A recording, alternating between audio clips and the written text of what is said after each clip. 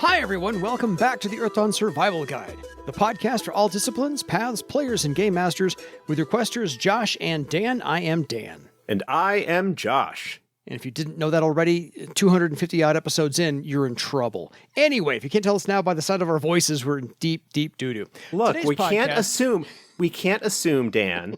In fact, earlier today, the day that we are recording this, somebody joined the Facet Games Discord and said that he had been aware of Earthdawn since it had originally come out.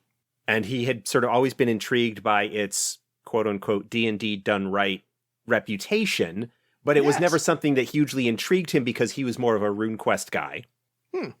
To each their But own. then managed to get a hold of the player's guide and maybe the GM's guide secondhand. I don't have the thread right in front of me at the moment. Yeah, fair. But found it like really, really interesting. And like, oh, he joined the Discord and he's like, please, I'm mainlining the survival guide. Please forgive any questions from an excited newbie. Give Daddy what he needs. Just mainline that right there. Yeah. Right? So we've got somebody, he did say that he was just kind of going through them and that he was only so far in, but he really enjoyed it. And if the quality maintained for the next 200 episodes, then like he would be really pleased. And I think we only got better with time. Agreed. But we cannot assume that everybody will necessarily have listened to them all the way through. I appreciate the people that do that, but it could be that people discover us, may find this being the first episode that they find. No, I agree with Stanley's premise about comic books. Every comic book could be somebody's first comic book. Correct. Don't assume they jump in on episode number 9 and know the first 8. No, if they get number 9 first, they may want to go back to 1 through 8, but there you are. So, or not. You remember the days when comic books, you didn't have specialty shops or collections in trade that would happen where they'd collect a particular story arc or something like that. You would just happen to buy whatever issue happened to be available on the spinner rack at your local drugstore. Yes. Ask your parents, kids. Days. Oh, the old days. Oh, the old days. And, getting into the middle of a story arc, perhaps, and not understanding anything of what's going on, and just needing to kind of figure out and understand what's going on just based on the context clues. No, the first caption is always recapping the previous episode or the previous story arc. Yeah, 2 sentences. Or something to that effect. Jump in. Yeah. Which is one of the things that, a lot of people called out with James Gunn's Superman, that it felt like picking up episode 3 of, or issue, you just randomly grabbed issue 186 of Action Comics off of the magazine rack at the store, where it's there's a whole bunch of stuff that's already established and we're just going to go with it and trust you. If you don't know. But it's not just that it's Superman, it's that there's so much other world building and setting and stuff in that movie that is taken as just go with it. Yeah. You've got Green Lantern, you've got Hawkgirl, you've got Mr. Terrific, you've got probably one of the coolest scenes in the movie, quite frankly. If this isn't really a spoiler per se, but if you haven't seen the movie, first off, I recommend it. I think it's really good. But there's a scene where Superman comes in, he's been out around, he comes in, Lois is there and he's talking to Lois. And while they're having this really, for those of you not privy to the video feed, which is everybody, Dan is flashing to me the Blu-ray of the Superman of the recent Superman movie. I just got it up for my birthday. Yeah, the scene where he and Lois are talking, which has also the great line where, she's like, he's a dog. Yeah, and he's not even a really good dog, but he's alone and scared. That really lovely scene between the two of them has, through the windows behind them, the Justice Gang fighting this giant alien thing. Interdimensional being, Yeah, this interdimensional being that's just in the background, not having any real attention called to it by then. It's just it's Thursday in Metropolis. That's going on. With little sight gags kind of going on in the midst of it, but the backdrop, and it's really pretty, but it's the backdrop of this really touching heartfelt scene between Lois and Superman. It's a really, really good movie. I really enjoyed it. Agreed. All of that aside. Yes. So today's podcast is all emails, part 11 billion again. But if you have any questions for us, please email us at edsgpodcast@gmail.com. Clearly, we get to all, if not most of them. Some get lost in the spam folder. We don't get to those because it's like way too long. So just letting you all know, if you email us, we will get to your email 99 times out of 100. Yes. One other thing to mention before we get to the emails themselves. We have, as our current listeners, those who are sort of keeping up with us are aware, have dropped back to an every other week release schedule because of life, the universe, and everything. Mm-hmm. It is possible here over the course of the next month-ish or so that we may miss a week or like go 2 weeks before, or something along those lines. Because, again, this day that we're recording this, I had my first rehearsal for a new show that I'm doing that has a very tight production schedule. I need to be off book a week from this coming Monday. So in 10 days? Something like that. I am not in a lot of scenes in this play. I'm in 3 or 4 scenes, and they're all relatively short, the ones that I'm in. So I'm not necessarily expecting that there's going to be any interruption, but if possible, one of the nice things about podcasting is that you can shift your production as needed. And of course, we're also getting into, what is in the US, a pretty busy holiday season and stuff like that. So we will try to keep the every other week going for the time being. If something happens where that's not going to happen, I will maybe record a quick note just to drop in the feed or something like that, because we don't have any real social media presence where I would make an announcement like that anybody's following or anything. But fair. Just so people are aware, because somebody mentioned as well in that thread about how they, are checking Spotify every Wednesday for the new episodes. Yeah. They like us. They really, really like us. Thank you, Sally Field. So this one's from Eli, frequent emailer to us. Greetings. Do you have any ideas or inspiration materials for a game of Earth Dawn at sea, in the Caspian or Mediterranean Sea, for example? Thank you, Eli. One of the first things that I would look at, and I haven't actually read the book yet. It is sitting on my pile of to-read material. Yeah, mine's my massive pile of stuff that I need to read. I'm currently working my way through The Far Roofs, which is Jenna Moran game, same designer, writer who did Nobilis and Chubo's marvelous wish-granting engine and Glitch. And you are a huge in my opinion, one of the most unique and fascinating writers/designers out there. Mm-hmm. So I'm working through that right now because I'm really tempted to run that for folks and to do that through the Novel Games podcast.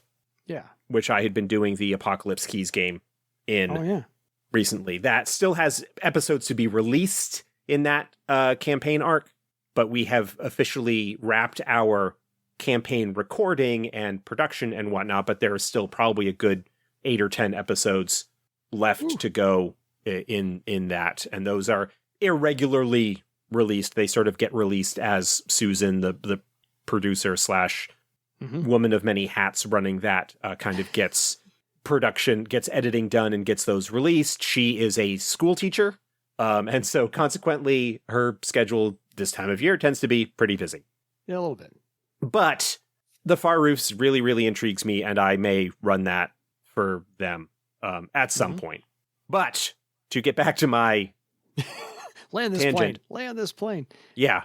There is a game that I've mentioned on the show before called Rapscallion, which is a pirate game, fantasy pirates. Yeah. Mechanics-wise, system-wise, it is very not like it's a narrative powered by the apocalypse type game. So it does not have anywhere near the level of crunch that Earth Dawn has.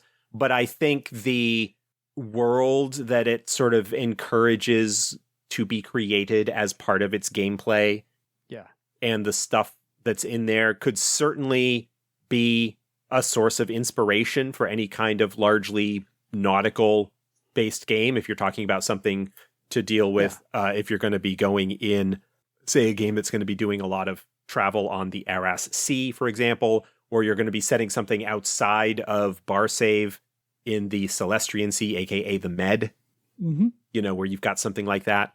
That would be one place. Honestly, go back to the classics.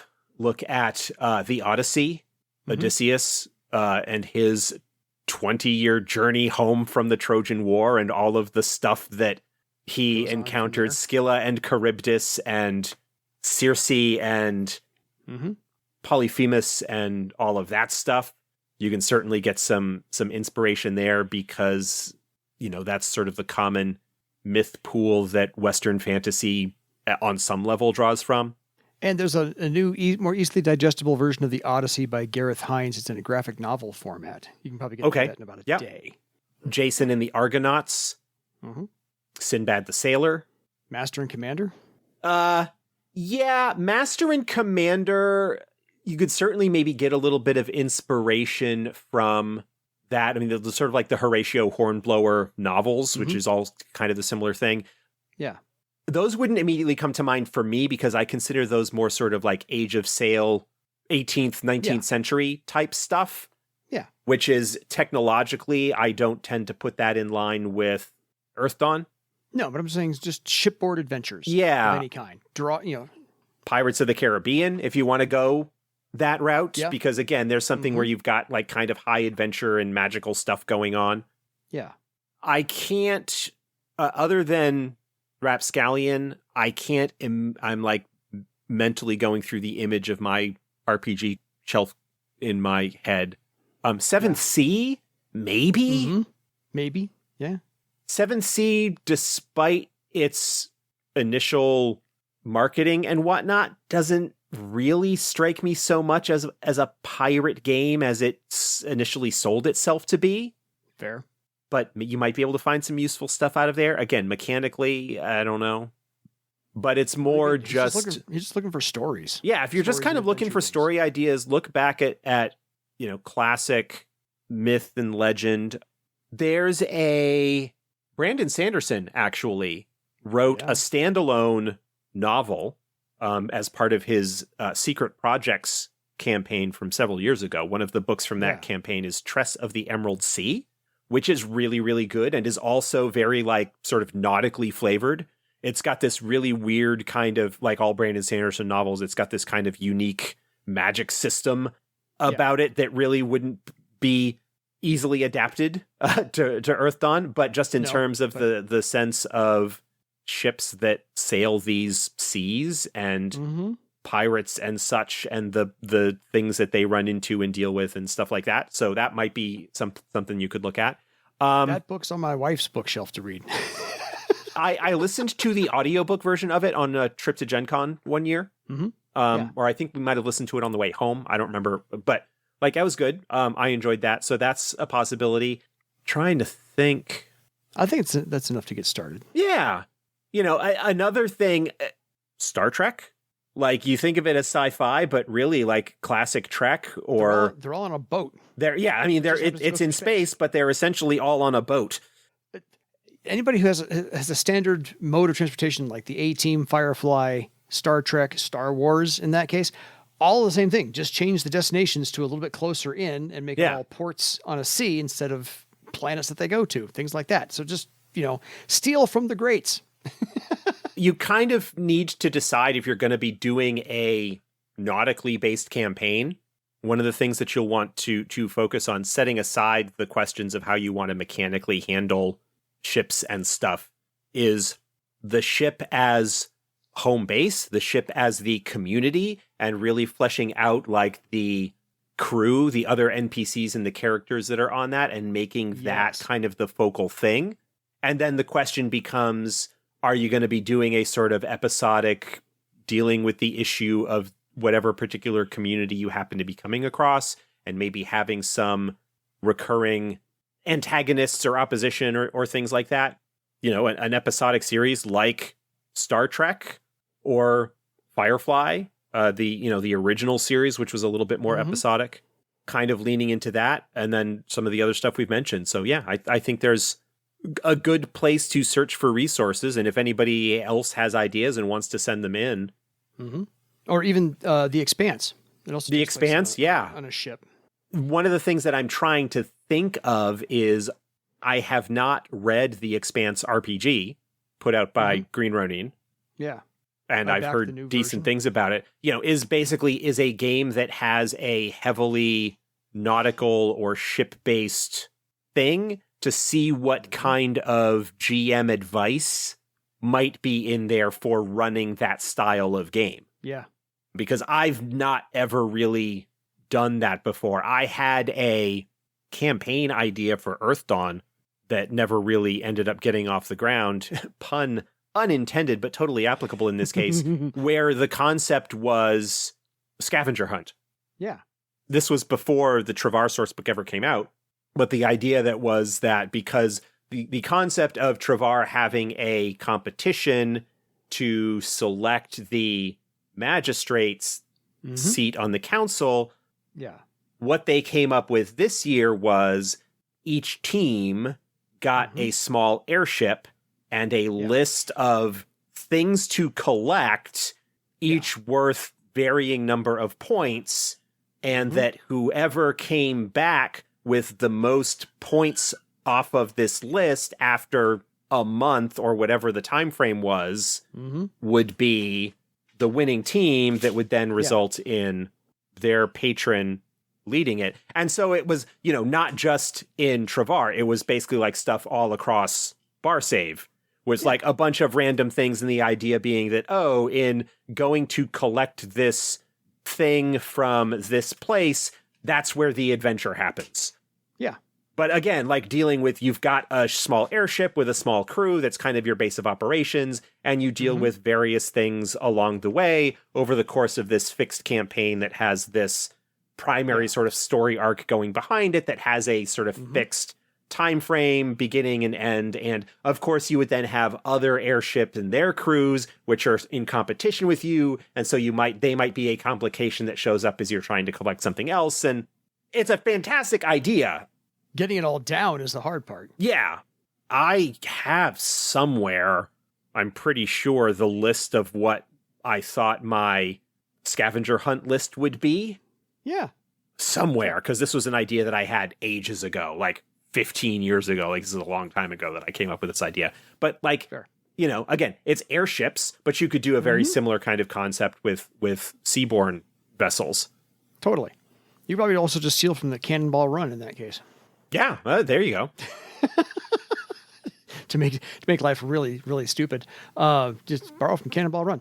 Okay, we have another one from Scott, who's got a hold of us again. Greetings, Dan and Josh. I have recently gotten my girlfriend to join me in one of my Earth Dawn games. While she does just fine in playing her character, she doesn't consider herself a role player, air quotes, and doesn't feel comfortable with the setting of Earth Dawn. However, she is an avid reader. Unfortunately, I missed out on the last Kickstarter, but I was wondering if you could recommend some Earth Dawn novels and possibly a reading order to help her become acclimated to the world of Earth Dawn. Thanks again for keeping the podcast alive and well. Sincerely, Scott. If you can find them. And I'm pretty sure there are some of these are available in electronic format. But if you can find print copies of them, fantastic. eBay, cheap. Trust me, eBay, cheap. They're on there. Yeah, generally speaking, you can find many of them on eBay without too much trouble. The original Cubasic trilogy is probably the Longing Ring in particular, because that one really does kind of like a travel log where he encounters a bunch of different iconic aspects of the setting. You've got the Bloodwood, you've got the Serpent River, you've got Parlength. Like that's a really, you've got the horrors in there. But the entire trilogy is really good. Lost Care by Nigel Findlay. I was going to say that one. I would definitely put that one up there. Talisman. It's a short story collection. It's an interwoven short story collection. It's fantastic. Yeah, but it's like integrated. Like all of the stories relate to the both creation and history of this magic item. Yep. Honestly, if you've got it or you've got the electronic version, the introduction or the first 20% or whatever it is of the Earth Dawn Survival Guide book, which is the narrative travel log from this apprentice. Well, when he writes it, he's not the apprentice, but it's this troubadour who is basically writing the story of his initial travels with his mentor, with his trainer, with his initial master, and all of the various places that they go to. Yeah. It's really, really good. And it reads like a novel because it's all in person Yeah, and it's all prose. It's all like sort of first person. Like a storm came up and we took shelter in a cave and we discovered that, it looked like maybe this cave was actually the entrance to a Kaer. Yep. You know, that's really, really good. And the survival guide book is often overlooked in terms of its value as a game thing, but just like that first third, like 20%, 25%, however long that section is, which is kind of like an overview of the setting from the perspective of someone who is kind of being exposed to it for the first time, and how the stories that he has heard are different from the experience and things like that. So that's really, really good. Those are at the bare bones, that's all you need. Yeah. You could do... there's only like 12 novels total. Yeah, Shroud of Madness, I would probably put, like, in terms of reading order, I would probably put Shroud of Madness towards the bottom, because that's one that is a little bit more atypical in that it's from the perspective of a Theron investigator in Vivain. Yeah, very, very specific. It's good, but it's its own kind of thing. Yeah, the Cubasic trilogy, Lost Kaer, Talisman, the introductory, like that first section of the Earth Dawn Survival Guide, actual like first edition book. Yeah, that one's not really a novel. That one you can knock out in an evening. Yeah, that's like 5.5 books right there, and that should do you. Oh, Prophecy. That's the other one. Oh, right. Yeah, if you want to know the magic system and how the perspective of a magician, of a magician's eyes, that's the one. Yeah. Just be prepared for like pages long explanation of how this spell works. But if you can make it through that, you're good. It's not quite that bad, but yeah. Any of the official Earth Dawn novels are good. I don't know that there were a couple that were released under Red Brick, whose names are escaping me off the top of my head. Anaria's Secret, Dark Shadows of Yesterday. Yeah, Anaria's Secret, I think, is pretty good. There were 2 by Hank Woon that kind of tie into Cathay that I am not personally as fond of. The Dark Shadows of Yesterday, I think, is one of them. Yeah. But anyway, yeah. They're 12 feet from me, and I can't read the titles on the spine because the lighting's not good enough. But I know that they're there. I have them literally 12 feet from me. So anyway.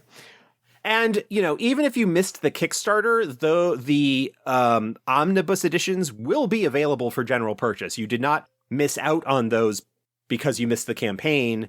Backers will get the electronic versions before they get generally released. But once the PDFs are done, and honestly, all that we're waiting for on those is the artwork, the new illustrations to come in, and then that'll be released. There you go. Fair. On to Tim's. Afternoon, Dan and Josh. Well, evening, Tim, because we're recording at night. Hello again. Enjoying the podcast. Thanks, and keep up the good work. It's given me insights into how I'm running my campaign. Well, at the time of writing, the Adepts are slogging their way up a mountain with a couple of questers of Garland to get in a troll settlement that has had some horror issues. Plagues have taken at least half of it, so Garland has stepped in. The question is, all the Highland troll settlements seem to be in and around the Twilight Peaks. In canon, is there anywhere else that they live? And if not, what are the reasons for this? Thanks, Tim.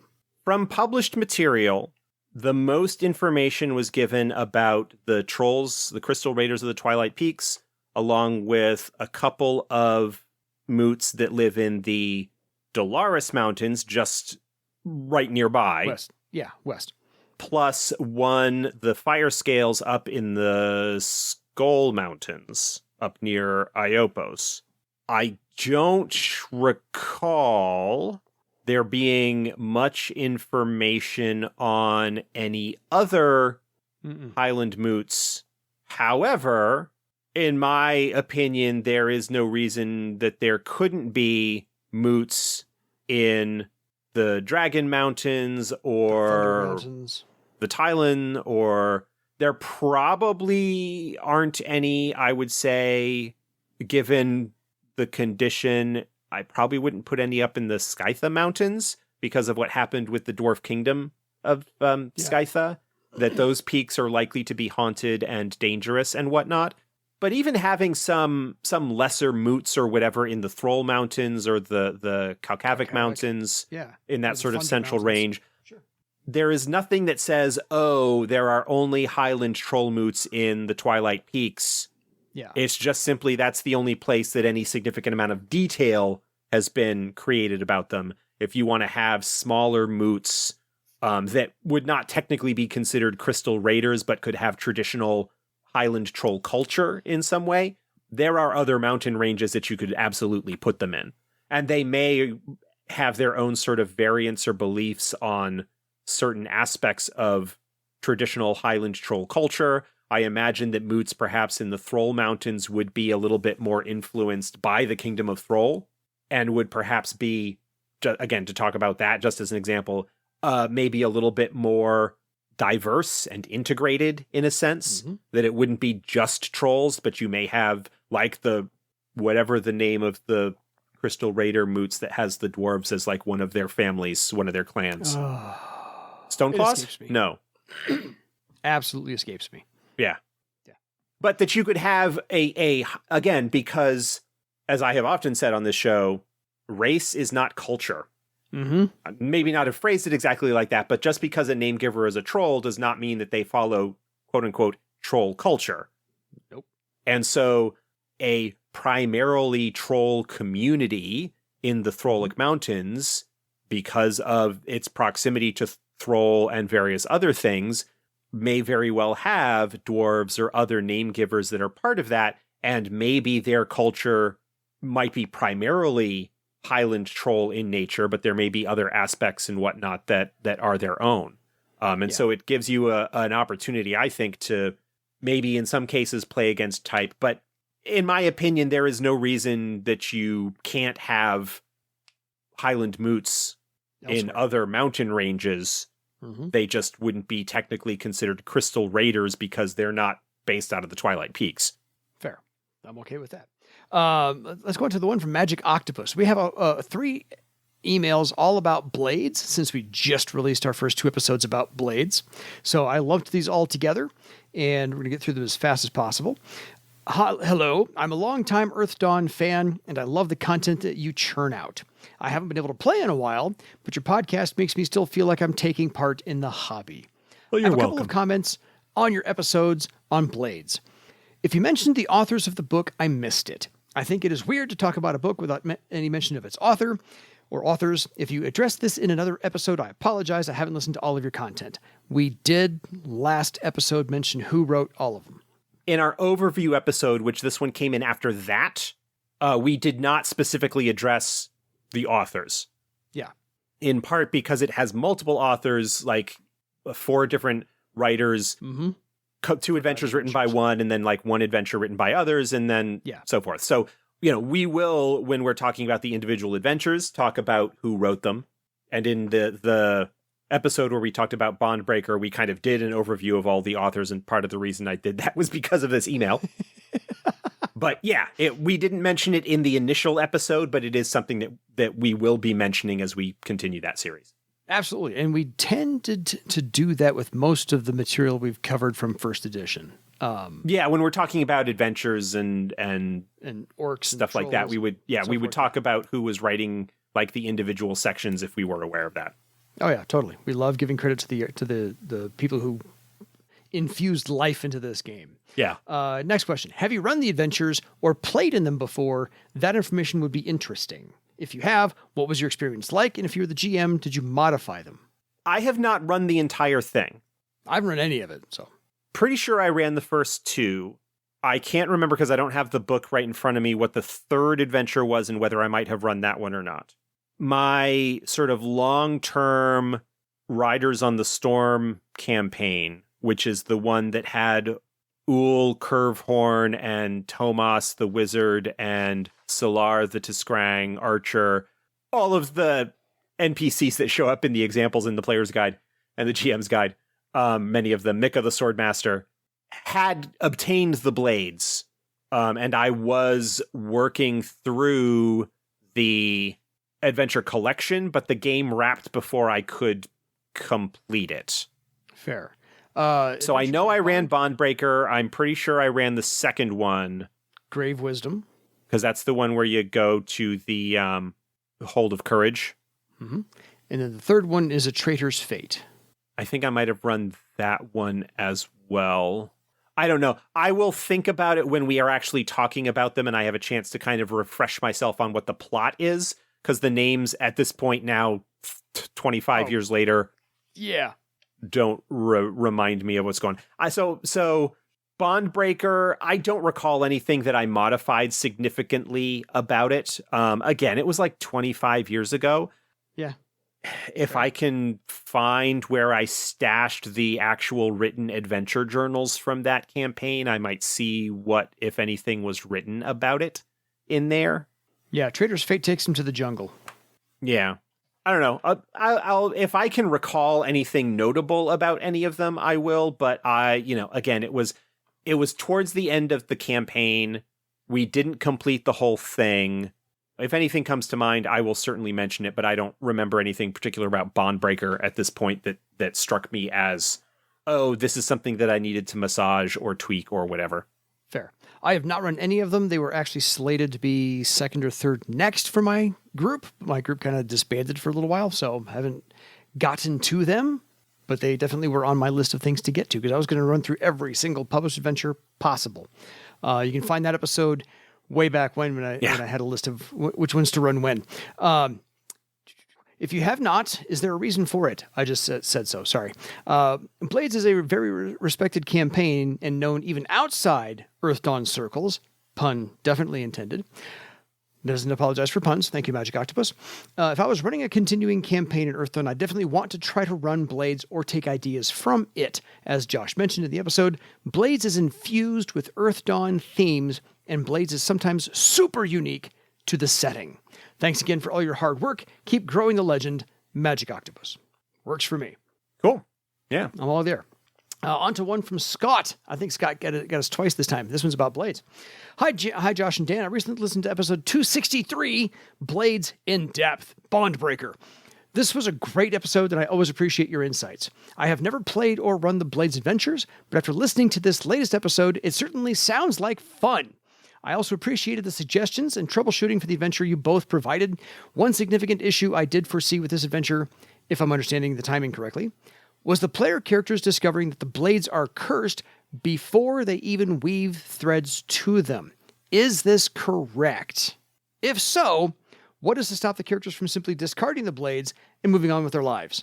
So you are correct in that because this is connected with the discovery of the first key knowledge, so they can't weave any threads to the blades until they learn it. They learn about the curse because of what happens with Ganag and his attempt to kill off Mashtug and all of that stuff that happens. And then when they finally track Ganag down, he's like, oh, this is why that happened. These things are cursed. Mm-hmm. There are, and I think we may... Just to kind of reiterate, I think, what came up in that episode that may not have been made as clear. There are two kind of things going on. One, simply by carrying the blades and being in their presence at the time that Betrayer is awakened enough to start its machinations with pushing Ganag over the edge and whatnot. The player characters are cursed and marked at that point. They do not have to have woven a thread to the blades in order to become cursed. Agreed. They're carrying the daggers, Ganag's bitterness and whatnot at his lot in life causes enough stuff to happen that Betrayer awakens, marks the characters, thereby cursing them, and Ganag. And because they are marked, the curse is now enacted, and that curse causes people around them to betray other people. So the fact that they haven't woven a thread yet doesn't matter. They are now marked. Yeah. Because they're carrying the blades, that's the point. Yeah. If they decide at that point, and this is addressed in some of the earlier advice before the actual adventures, if they decide, oh, they're cursed, we don't want anything to do with them, in a sense, tough. They're already marked by the horror. Yeah. At that point, the only way out is through. And the only way to break the curse is to weave the thread.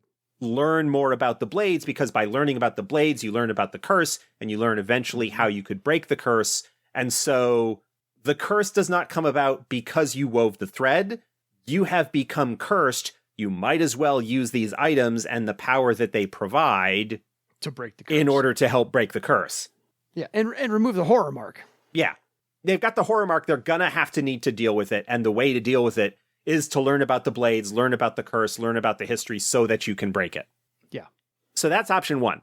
Option 2, your player characters may not believe the blades are actually cursed. Because all that they have is that they show up at the blades, and Ganag looks at the blades and goes, oh no, these are the blades that were wielded by the heroes of Kaer Otosk centuries and centuries ago, and legends say they are cursed. The player characters could go, bah, we don't believe in no curse, and go ahead and use them anyway, and then discover that, yes, in fact, they are cursed. Either of those approaches or reactions, I think, would be valid. All that said, stepping back from a metagame standpoint, out of character standpoint, this is again where you want to have that conversation with the players and say, this is not to punish you. This is an opportunity for story and exploration and character development. How do your characters deal with this? Do the characters actually believe? Does your character actually believe that they are cursed? From a realistic, quote unquote, standpoint, all that you have is one person that says, oh no, these blades are cursed. Are you going to take them at their word?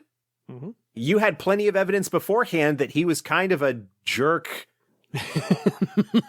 who nobody was particularly fond of, and who had some resentment towards his more charismatic, more powerful chieftain and brother. Just planned a murder. Well, yes, we know out of character that the murder kind of ended up coming about because of Betrayer's influence, but how do you know in character that he's not just going, oh, look, these are cursed. This explains why I decided to kill my brother. Yes. The fact that he believes they are cursed and uses that perhaps as justification for why he did what he did and tries to kill himself afterwards. That's not proof of anything necessarily. No. So it's a case of, again, one, they're already cursed. They're already marked by the horror even before they weave the thread. So sorry. Yeah, that's where it starts. That's where it starts. If you just, and, you know, again, oh, well, what if we just leave them behind? Okay, so somebody else can find them, potentially, and get cursed by them and have to, That's a little careless. Your heroes, presumably, you have learned about this thing. You are now tied up in its legacy. What are you going to do about it? It's like Die Hard 3 when they find the bomb on the fountain. You're just going to leave that there? Some kid could find that. Yeah. So in our initial discussion, our kind of overview, that wasn't something that came up. But when we got into Bondbreaker in depth, that did become something that was called out. It's basically like, no, they're marked, they're cursed already when they learn about it. And what they do at that point is up to them. And that needs to become a meta discussion. Yeah. Fair. And it probably something that you should have had as kind of a meta discussion beforehand, or maybe at that point and say, okay, I've revealed this. This is not, haha, I got you. Let's have a discussion about what this means long term. Fair. The last one from Blades is kind of similar to this one, so this might be a really quick answer. We'll see. This one comes from Patrick. I wanted to give you some insights of a general problem I had with the Blades adventure. My problem was that the characters got the blades through Shattered Pattern, and then wanted to figure out what's up with the blades, but if I would lead them through the first adventure, they would not weave a thread to a cursed item. I basically solved this by having the blades automatically bind to the characters, which made the group curious, etc., But how is it meant to be done? I think, Josh, you actually just illuminated the whole thing. We just kind of addressed that. I mean, if ultimately there are individual characters that maybe don't want to weave threads to the item because it's cursed, that's a valid choice for a character to make, absolutely. And there's nothing that requires you to weave threads to the item in order to continue to learn about them and learn the key knowledges and stuff like that. No, because you can weave your thread to the group pattern instead. Yeah, I did kind of address that with the answer to the previous one. Mm-hmm. If an individual character doesn't want to weave threads to it because of the curse, I can understand that and respect that. They are potentially giving up a valuable tool in defeating the horror, which is essentially how you break the curse to do that. But it's understandable that a character might be reluctant to do that. They're cursed regardless. Yeah. I mean, the threat of a horror doing what it does to you because it has marked you is, of course, the sword of Damocles hanging over any character. Yeah. That happens to have that mark. And so I understand you don't want to go into that willingly. Yeah. That should be the trepidation on any character's part in any part of Earthdawn who knows about the horrors. Right. And again, this is where the out of character discussion from me as a game master would be coming in, which is to say, here's the situation. I don't want to give everything away, but lay out some stuff on it and saying, the curse is there. Ultimately, this story is about learning how to break the curse, which requires you to learn about the history of how the curse came to be in the first place. Yes. And that story happens regardless of whether you decide to take advantage of the power that the blades offer you. Mm-hmm. You're cursed regardless. You might as well take advantage of the power that the blades offer you because it is going to, in the long run, make breaking the curse easier. But trying to balance the in-character and out-of-character concerns that might go along there. I mean, this is an adventure not to be undertaken lightly from the player's perspective, nor the character's perspective. And I think with a session 0, I think the benefits outweigh the costs for the characters. The players get to play, they roll the dice, they have fun. Yeah. But I think it's this will test the players as far as what their character would go through, what their character would believe in, not believe in, and investigate further, and how far they would push that character's boundaries to explore further themes within that character's realm. And I think that's what a good adventure should do. Yeah, and ultimately, as good as Blades is, if you've got a group that, for one reason or another, is not down with that kind of story, that's fine. There's nothing wrong with that. Yep. Either figure out some other way of dealing with it, or just kind of move on from there. Yeah. Do a different adventure. If there's a situation where the group decides, even after meta game discussion and whatnot, that no, we're not going to hang on to these, we're going to try and get rid of them or whatever, you could perhaps repurpose some of that stuff or have the player character group start dealing with the consequences of maybe other people getting a hold of them in some way and needing to, okay, this is the choice that you've made. Now this horror is awakened within these cursed items and is gonna either work through you or find other people to work with. And so ultimately, you should probably deal with this. Yeah, fair enough. But so if the group isn't down with that, but from a player standpoint, again, personally, me as a player, when I'm playing, I really enjoy putting my characters through the ringer. I really enjoy my characters being in difficult situations and facing hardships. My favorite player moment of all time was when I was in a vampire LARP, where I was playing a character who had gone undercover to infiltrate another clan and was discovered. And there was a very real possibility that, having been discovered, my character was not going to come out of the situation alive. Yes. And that whole scene with the interrogation and the everything that was going on with that was probably the most fun that I had in that entire LARP. Because it was really, it's like, on some level, there is some actual risk involved in what's going on, that my character could very well not come out of this room alive. Yeah. I enjoy that. I like those kind of difficult situations, especially when I knew what the risks were and was willing to accept them for the potential fun that could come about as a result of it. And I recognize that that's not everybody's cup of tea.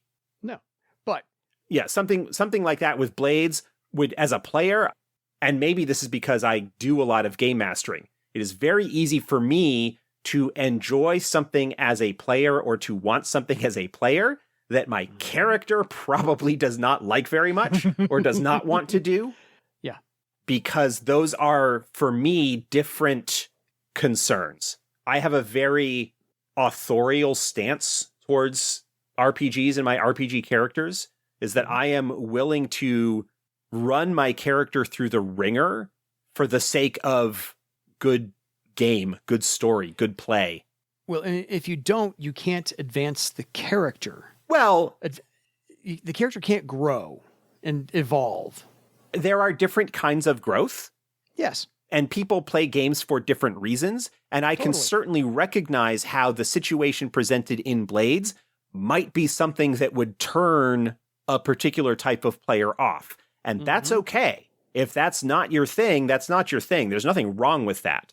It's just, for me personally, I would eat that with a spoon. I would love it. Two-fisted eaten with a spoon. Yeah.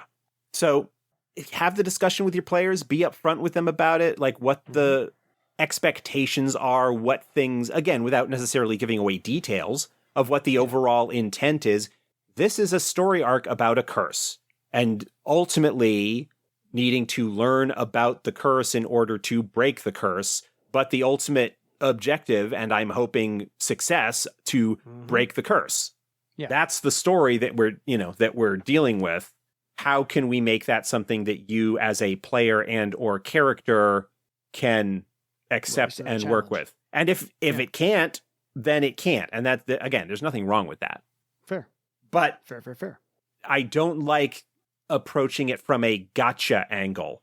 I'm going to dangle this powerful item in front of you, and now that you've bitten, you're on the hook. You're stuck doing this. Yeah. You're stuck doing, well, like you're on the hook, and now you're going to be miserable because you think you're being punished or taken advantage of or whatever. I'm not down with that sort of thing. No, that's just cheap. Okay, we have one more email from somebody who's playing catch up with our podcast, as we mentioned at the beginning of the show. Not everybody starts on episode 1. A lot of people have been. So this person's on episode 51. We're 264 today. So 200 and some odd episodes later. I can't do that math in my head. Since he admits his bad English, this is not his first language. So I'm going to read this word for word so I get this right. I want to respect exactly what Robert had to question for us. Hello, folks. Sorry for my bad English. It is not my first language. If there are grammar mistakes, keep them. Currently, I've listened to episode 51 and heard the talking about changing the system to make it less corny. I hate it. I started with AD&D and had to face the change to an inclusive, less corny, and balanced system. I repeat, I hate it. This is the reason for my change to Earth Dawn 4th Edition. Please do not make me regret it. Please do not get me wrong. I am a guy who appreciates equal rights for everyone and everything, but I want different options in a rule system and not a kind of porridge. This is the reason I like systems like Earth Dawn and Warhammer and so on. Enough complaining. I love your show. Kind regards, Robert. So, first of all, when I first got this email and read it, I didn't know what he was talking about. It's because he is talking, episode 51 was a Mailbag episode that originally released in November of 2020, so nearly 5 years ago. By the time this one goes up, 5 years ago, yeah. Yeah. And so I went back and pulled up that episode and listened to it to try and figure out what he was referring to. Fair.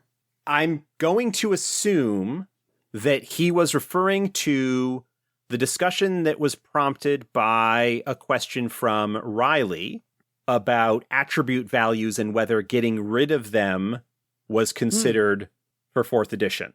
The attribute values, not just basically going, we're not going to have the intermediary of like base values of 10 or 12 or whatever they are for the name giver, and then modified with points. And then from the final values, determining what the step and all of those derived attributes are. Gotcha. Whether getting rid of that sort of intermediate step was considered for 4th edition. In the subsequent discussion after that question, it led to a discussion about how to potentially distinguish between the different name giver races, because if you just go straight with the step, you lose a little bit of granularity.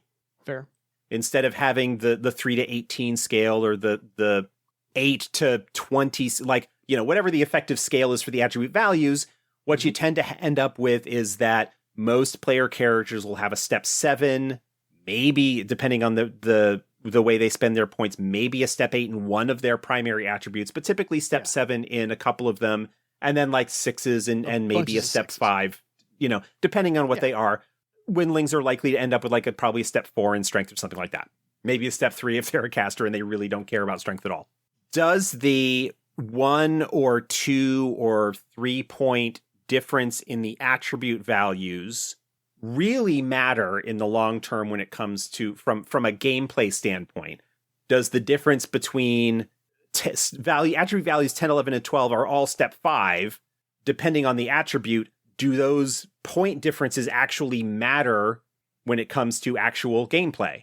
Yeah. Does the fact that a human has a 10 and an elf has an 11 or a 12 in a particular, it depends on what the attribute is, but are those things that from a typical day-to-day gameplay experience, is that something that really matters? And if they were gone, would anybody really miss them? Yeah. With a little bit of a sidebar talking about how that becomes a little bit awkward if you're dealing with Windlings and Obsidian, because they have strength like kind of at the extremes, like outside the normal bounds of most name givers.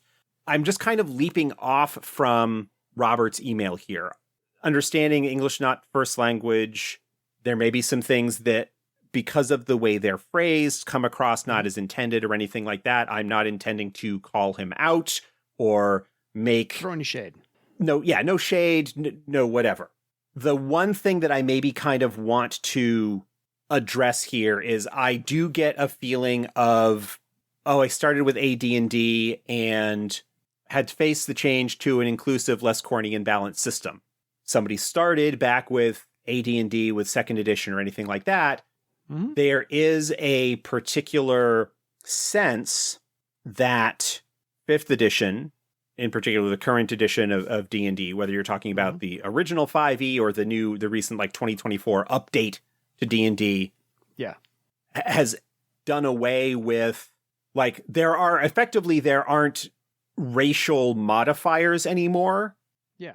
When you create a character, you like do your stat array, or however it is that you're dividing your points, and then you get to choose a +2 in one stat, a +1 in another, and a -1, or whatever it is. I don't know what the exact rules are.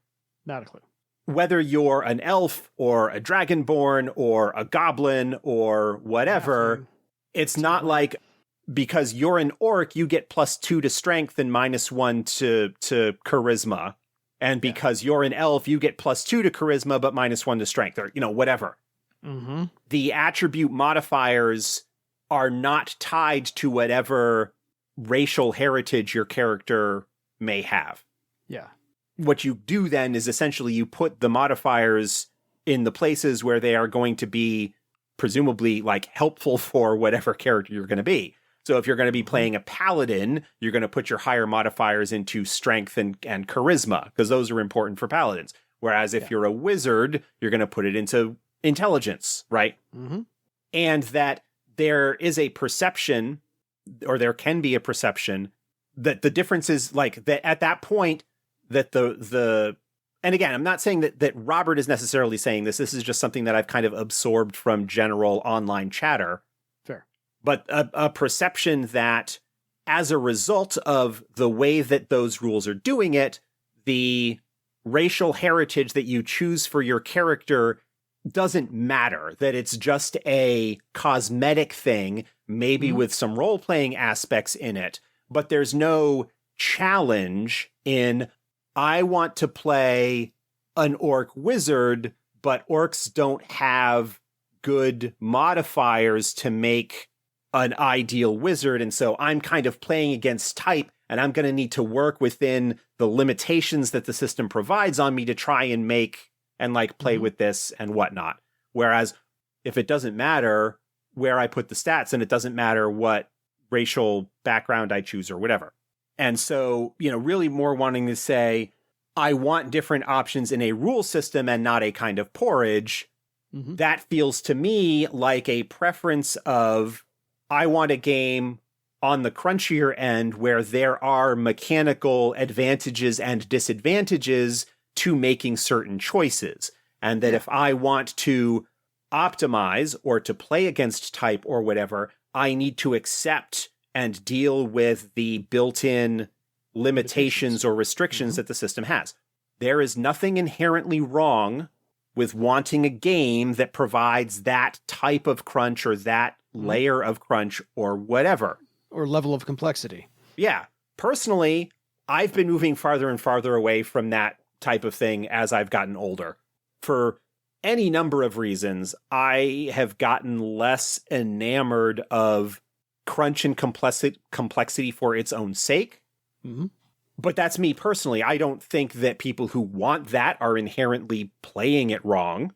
I don't have any, like, I'm not intending to, like, ascribe any moral aspersions onto anyone because they prefer to play a different way or to engage with the systems in a different way than I do.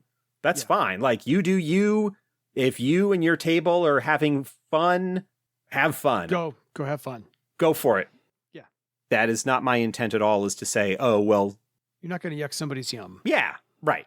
But at the same time, from a game design standpoint, when the discussions come up about more complex systems, like Earth Dawn, like RuneQuest, like any number of crunchy games out there with a lot of different numbers that you can juggle and play with and whatnot, the inevitable optimization discussions come up, and min-maxing all over the place.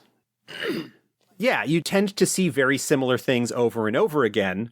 And in discussions of like, I want to play a halfling paladin, and the response that you get from people is, why are you playing a halfling paladins? Halflings suck as paladins because they don't have XYZ attribute modifiers, blah, blah, blah, blah, blah. Whatever. Like, who gives a shit? Play what you want. Yeah.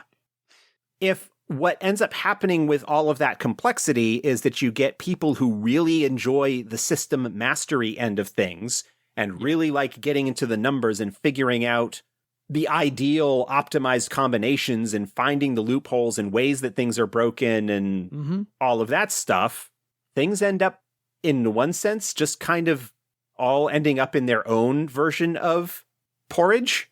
Well, if the only correct, quote unquote, way to play a paladin is the maximum advantage is to, like, you know, right, oh, okay, well, we've got 10 different races to choose from, but if you choose any other than these one or two, you're making a suboptimal choice. Yeah. It's the kind of nonsense that comes out with regards to Critical Role, to talk about, you know, D&D, and people who would absolutely hammer on the characters that are being created by the players in those games because they're not making the best choice. They're not making the optimal choice.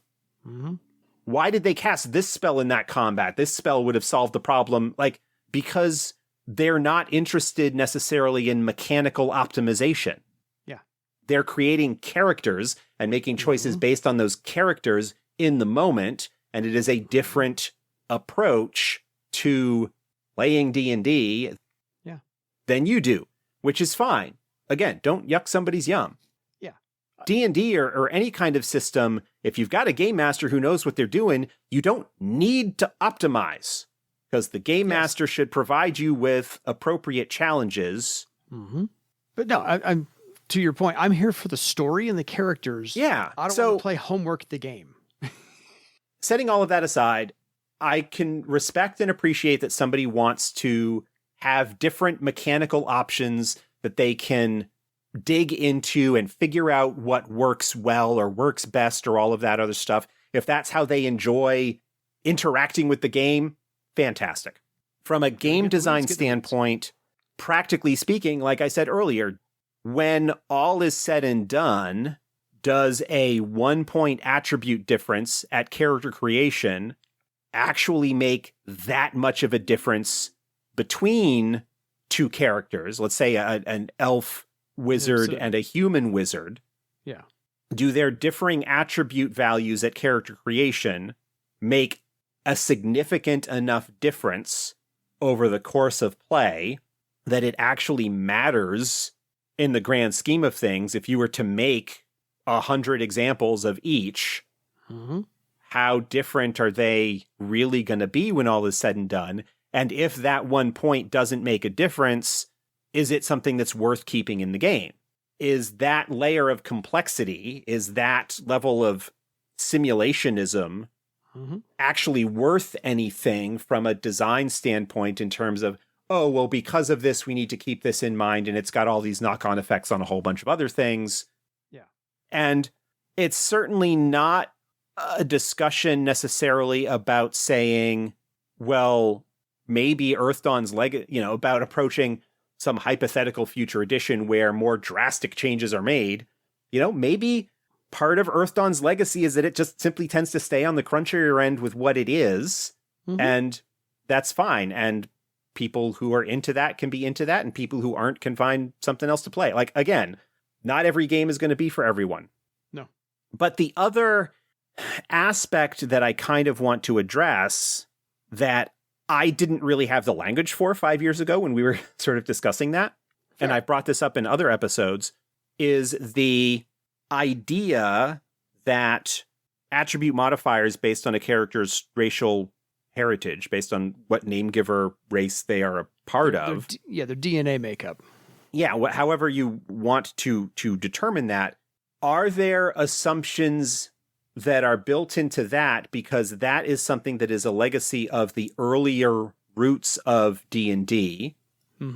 And are there a lot of baked in, unexamined assumptions that all kind of go along with that maybe we should step back and say, what kind of message are we conveying, intentional or not, by saying orcs all get these modifiers, humans get these modifiers, elves get these modifiers, and because of that, even if the differences aren't necessarily significant enough for a typical player character over a long-term play for that to come into effect, if orcs end up with, say, starting with a lower willpower than dwarves or elves or trolls or whatever, what does that say about, and what does that imply about the type of setting, the type of world that this is? For me, again, as a designer, I think that is a question worth considering. Yeah. Especially if you're going into a new edition of a game that has existed for a while. Are there pieces of this that are conveying ideas unintentionally or not that we might have a different perspective on at this point?